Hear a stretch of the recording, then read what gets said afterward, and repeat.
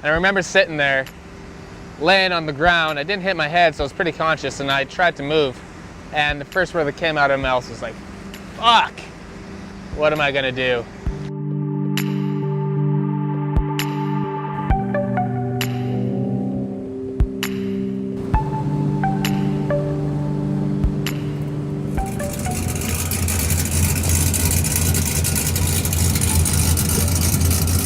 My name's Rob Parsons. I'm from Lethbridge, Alberta, Canada. Drifting happened for me when Canada was able to bring in right-hand drive cars from Japan. Me and my dad started bringing in cars. You bring in right-hand drive cars, you're obviously going to know what drifting is. So I just started hitting up events in parking lots.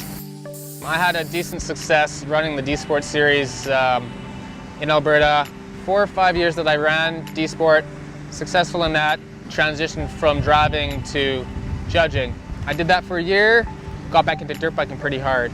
I started riding every day and I just ended up hitting a crappy line on a jump one day. Came off my bike, whiskey throttled off of a berm and stiffened up, hit the legs, landing gear out, broke everything.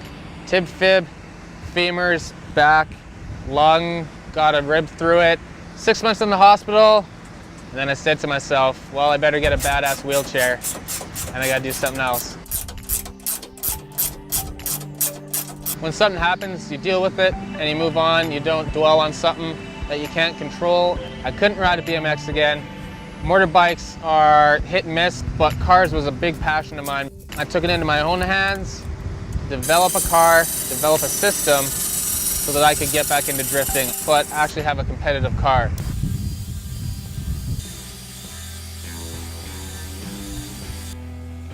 We rotisseried it, sandblasted it, took everything out, cut it all apart, designing tubes, building a front end, picking a motor, putting a motor together.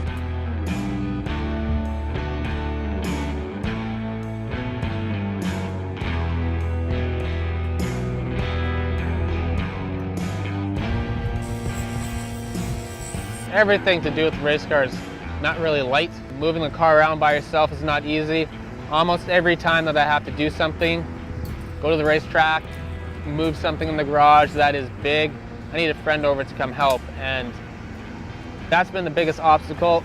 Luckily enough, I have some of the greatest friends in the world all over, not just back home, but amazingly, everywhere I travel, there seems to be somebody that will offer a hand to get something done, and that right there shows just what's right with the world. I know there's still people out there that really help out and are caring. We're going to use the car as an adaptive clinic to teach other guys how to drive again. So it's not just for me and for everybody else to come out and have fun. There's a lot of wounded warriors, vets, people coming back from the war that may have got an amputated leg, or just people that were born with spina bifida and can't drive a normal car with foot pedals. It was the most rewarding experience I've felt in my lifetime. Right there, was driving that car for the first time.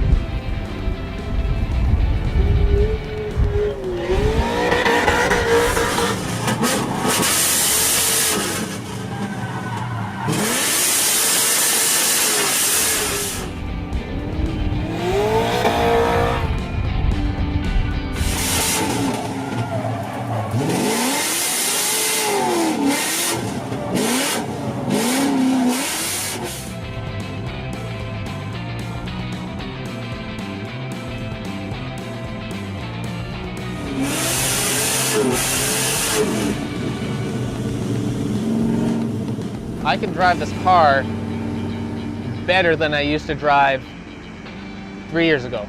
If you put your whole heart into it, a lot of good things will come from it.